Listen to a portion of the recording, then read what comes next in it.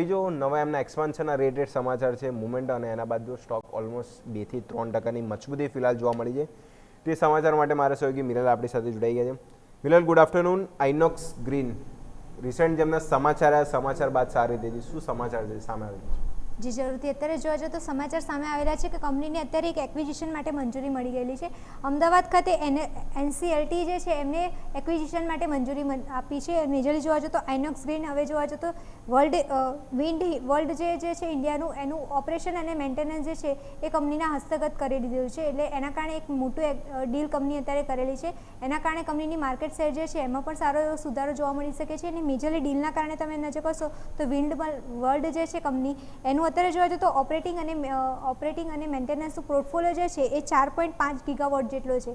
પણ આ ડીલના કારણે આઇનોક્સ ગ્રીન જે છે એનું ઓપરેટિંગ અને મેન્ટેનન્સનો પોર્ટફોલિયો જે છે એ સારો એવો વધતો જોવા મળી શકે છે. 13 ગીગાવોટ સુધી પણ જતો જોવા મળી શકે છે.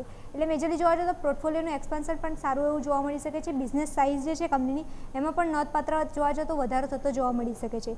અને સાથે જોવા જઈએ તો સર્વિસ ઇન્કમ જે છે કંપનીની એ પણ એમાં પણ વધારો થતો જોવા મળી શકે છે. અને ઓપરેશનલ અને મેન્ટેનન્સના જે પોર્ટફોલિયો જે છે એ પણ તો ઇન્ક્રીઝ થશે જ, પણ સાથે નવા જે ડીલ જે છે એ પણ મળતી જોવા મળી શકે છે. અને નવા કોન્ટ્રાક્ટ પણ કંપનીને મળતા જોવા મળી શકે છે. તો આ બધા રીઝનના કારણે કંપનીની જે બેલેન્સ શીટ જે છે એ પણ સારી સુધરતી જોવા મળી શકે છે.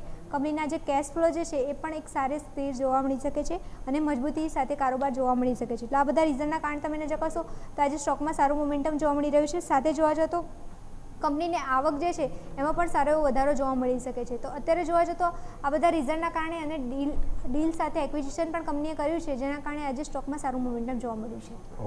ઓકે, તો આ બધા સમાચાર ખાસ કરીને પોર્ટફોલિયો મજબૂત કર્યા છે એ હાઇલાઇટેડ પોઈન્ટ હતો. મિરલ, માહિતી બદલ ખૂબ ખૂબ આભાર.